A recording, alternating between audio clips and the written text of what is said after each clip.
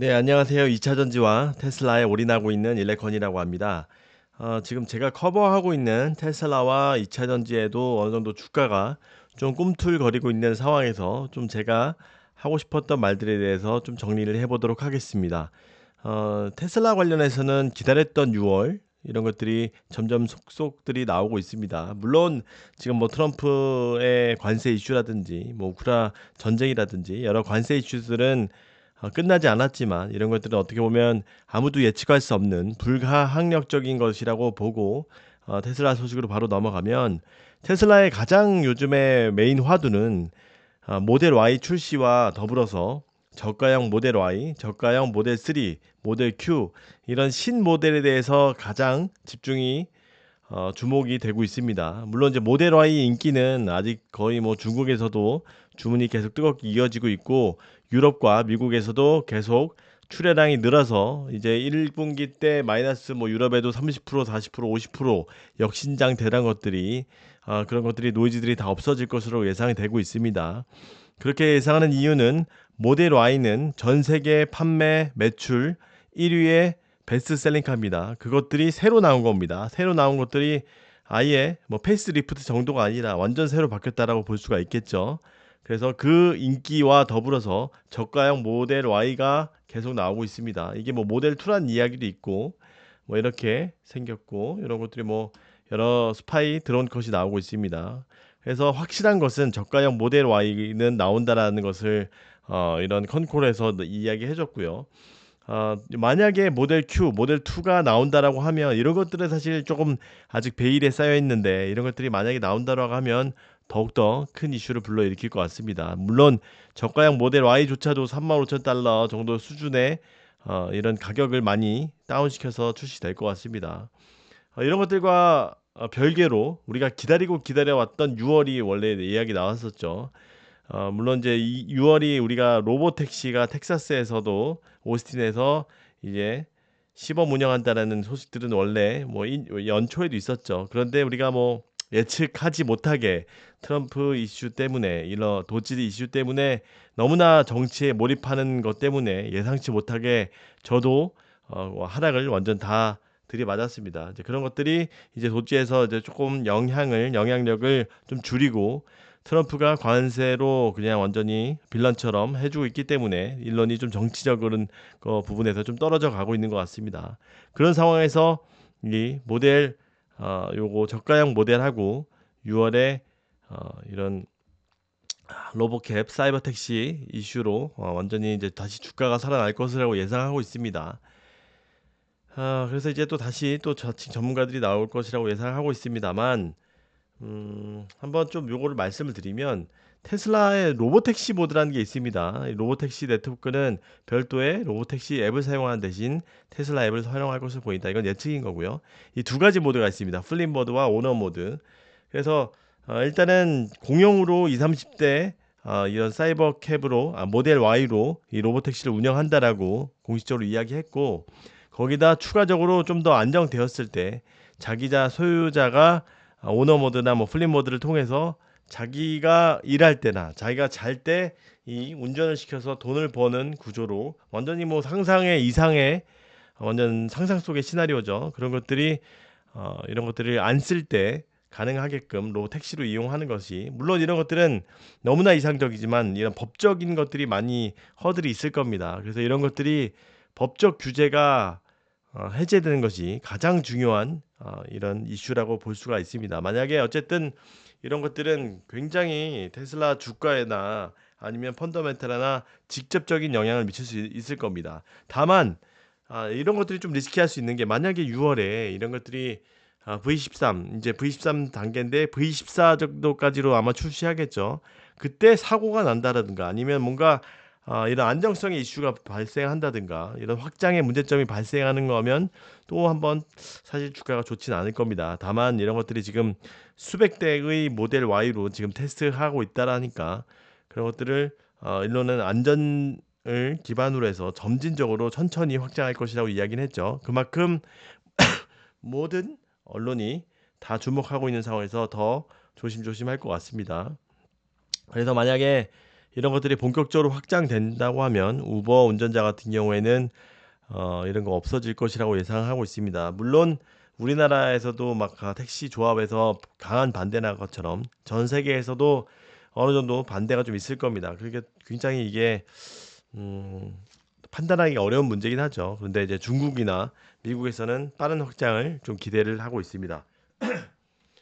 그래서 지금 이런 것들이 지금 구체적으로는 일론 머스크가 내년 하반기쯤이나 돼야 이 테슬라 시총의 이익에 좀 구체적인 영향을 미칠 것이라고 예상했는데 구글 웨이모 같은 경우도 굉장히 안전성을 기반으로 해서 높은 가치를 받고 있죠. 근데 얘네들은 뭐 확장성이나 이런 HD 맵이나 이런 것들에 여기서 보면 이런 라이다, 레이다, 카메라 이런 것들이 다 결합돼서 있는 데다가 HD 맵도 그래 돼서 너무나 비용이 비싸다는 건데 테슬라의 온리 비전 AI 같은 경우는 굉장히 얘네들이 직접 차량도 만들고 이익도 가져가고 여기에서 카메라도 거의 안 쓰기 때문에 이익을 대부분 가져가는 그런 상반되어 있는 이익 구조를 가져가고 있기 때문에 확장성에 타의 추정을 불허한다고 볼 수 있습니다. 그래서 테슬라가 굉장히 더 웨이모보다 것이다. 완전히 점유율을 뭐 80% 이상을 가져갈 것이다. 라고 예상을 하는 것들이 상황인데 뭐 다 가져가진 못하겠죠. 그래도 반 이상만 가져가도 이 엄청난 큰 산업이 뜨기 때문에 높은 가치를 부여받지 않을까라는 생각이 됩니다. 구글 웨이모 같은 경우 최근 시리즈 펀딩에 비추어 봤을 때 450달러 정도를 보고 있습니다. 그래서 현재 테슬라의 시총이 9,178억 달러 정도 되는데 시총이 약 한 5% 정도를 더 받는다고 볼 수가 있습니다. 이런 것들은 로보택시는 가치가 거의 반영되어 있지 않은 상황이죠. 그래서 최소 이거보다 훨씬 더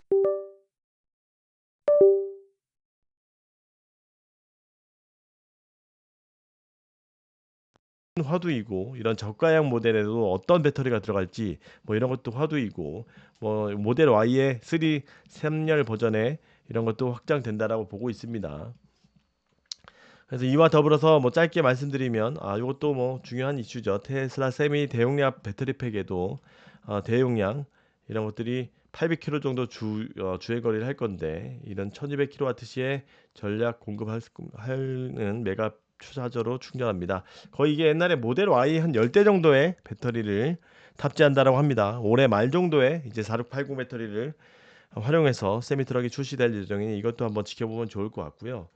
2차 전지에 대해서 짧게만 말씀드리면 요즘에 최근에 LNF가 좀 좋은데 그거는 이제 여러 가지 이슈가 있겠죠. 좀 이런 이 리포트는 뭐 차치하고 제 머릿속에 있는 것들을 좀 열거해 보면 일단 다른 양극재 업체에 대비해서 지금 PER 밸류가 가장 리스크하지 않다. 얘네들은 다른 애들은 뭐 50배, 60배 받고 있지만 LNF는 그만큼 좀 낮게 받고 있다는 것이 좀 증권가에서 좀 그렇게 바라보고 있는 것 같습니다.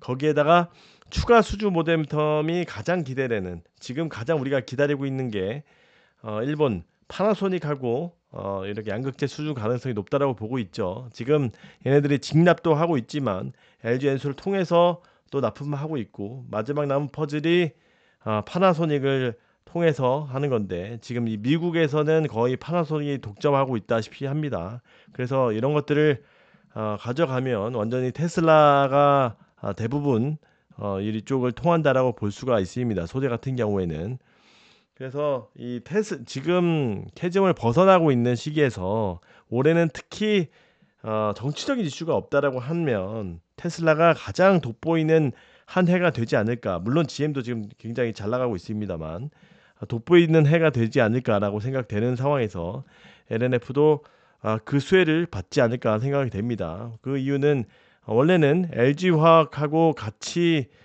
테슬라의 그 듀얼 밴더로 공급을 하고 있었는데 신차 같은 경우는 NCME 95 제품은 독점 공급 초반에는 2, 3년은 독점 공급을 한다라는 그런 것들은 많이 업계의 관례적인 것들은 말씀을 드렸습니다. 그래서 이런 매출적인 부분에서의 신장이 가장 높을 것이라고 예상된다. 얘네들이 지금 1분기 때 대비해서 2분기 때 거의 80% 출하량이 늘 것이라고 예상하고 있습니다. 이 업체에서. 물론 또 하반기에는 원래 플랫 할 것이라고 예상했는데 2분기 80% 올라간 거에서 거기서 또 더 뭐 10%에서 20%는 더 올라간다고 하고 있습니다. 물론 포스코 퓨처엠이나 이런 에코프로비엠도 연 30% 출하량 증가를 예상하고 있었습니다만 그런 것들이 실제로 이루어지는지는 한번 계속 체크를 해봐야 할 것이고 이 LNF도 마찬가지입니다. 얘네들이 업체의 성향에 따라서 좀 다를 수 있지만 LNF는 좀 사실 보수적으로 이야기를 하는 그런 부분도 있고 있는 상황이지만 어느 데가 가장 출하량이 높아지는 것들인지 좀 체크를 해봐야 할 것 같습니다. 이게 하도 얘네들이 다 업체마다 또 성향도 다르기 때문에 올해는 말씀드렸듯이 가동률이 가장 중요합니다. 가동률 거의 얘네들이 다 30%밖에 안 되는 가동률을 보여주고 있는 최악의 상황에서 이제 벗어나고 있는 상황이기 때문에 가동률이 얼마나 증가하느냐 그것들이 가장 중요하다. 근데 다만 얘네들은 왜 니네 이렇게 LNF인데 아직도 다른 애들 다 흑자하고 있네. 혼자 뭐 올해 1분기도 거의 뭐 800억 정도 이상 적자 날 것이라고 예상을 하고 있는데 그것들이 메탈 이거는 너무 투기 실패했다라고 수없이 많이 말씀드려서 그만 말씀드려도 될 것 같고 그게 2025년도 상반기에 마무리된다라고 하는 거는 그나마 다행이고 그것들 때문에 그래서 P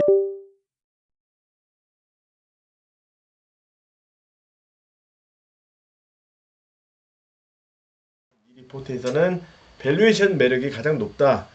그리고 세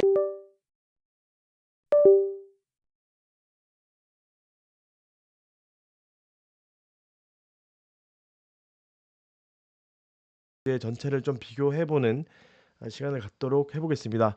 감사합니다. 안녕히 계세요. 구독, 좋아요, 알림 설정 부탁드립니다. 감사합니다. 그리고 제가 가장 중요하게 생각하는 거는 이 모든 섹터가 같이 나가야 돼요. 이건 제가 농담으로 하는 얘기 아닙니다. 제 말을 좀 진심으로 좀 받아주셨으면 좋겠습니다. 모든 제가 목이 좀 안 좋아서 죄송합니다. 이 모든 같은 업종에서 특히 같은 소재에서 피어 밸류를 같이 받기 때문에 얘네 상식을 받는다라고 하면 전체적으로